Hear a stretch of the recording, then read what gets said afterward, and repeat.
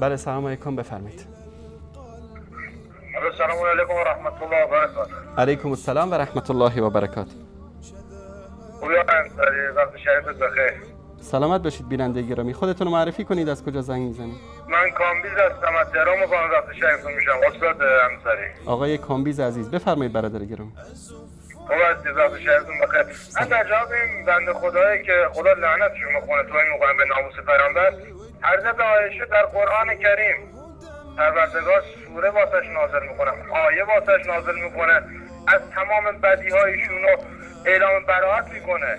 درست. ایشونو در قرآن ام المؤمنین مینامه. بعد چطوری این روافض بدون هیچ تدبیری، بدون هیچ منطقی میان به ناموس پیامبر توهین میکنن؟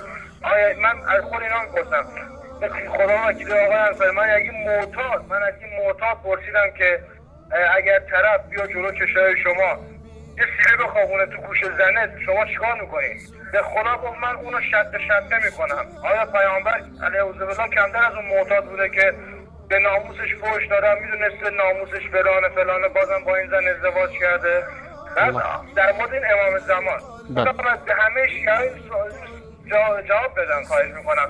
اگر امام زمانی یا امامزاده‌ای وجود داشت و قدرت داشت، عرضم خدمتون چرا در بحث انرژی هسته‌ای ما دست به دامن خانم اشتون شدیم؟ که خانم اشتون تو رو خدا جلو آمریکا رو بگیر، جلو اسرائیل بگیر، جلو اروپا رو بگیر، کمتر ما رو تحریم میکنن. آقای ظریف 24 ساعته خدا میره انگلیس و سوئد و اتریش و وین که خانم اشتون ولی هم نمیره سر امامزاده یحیی، امامزاده بیژن و امام رضا تو مشهد. ملت بیدار شید. به قرآن همه اینا خرافات. من خودم تا سال 89 یه صوفی خرافی بودم. الحمدلله به شکر به لطف برنامه‌های توحیدی اهل سنت، اول برنامه استاد ملازاده بود، بعد برنامه‌های دیگه حضرت عالی کلمه اینا اومد، الحمدلله موحد شدم. ملت بیدار شید. دیگه تا کی میذارید این آخونده به نامزد بی‌شرف دزد بی‌ناموس ناموستون رو به اسم صیغه بدزدن، پولتون رو به اسم عرضم به خدمتت خمس بدزدن؟ دیگه تا کی؟ بس ملت بیدار شید. اگر امامزاده کاری میکرد، پسر آقای خامنه‌ای بچه‌ش زنشو نمیگفت انگلیس اونجا خانمش وضع حمل بکنه، اونجا بچه دار بشه. آقای خامنه‌ای اون دست چراغشو میبرد مشهد میشه امام رضا دستشو شفا میداد.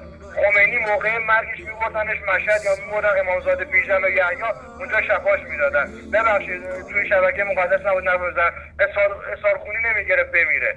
بس زشت عیبه به قرآن. ملت بیدار شید ملت. تشکر میکنم. ندارم خدمتتون. تشکر.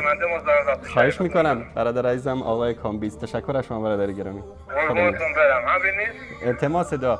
سلامت باشید. الله متعال. جزاکم الله خیر. خدا نگهدار.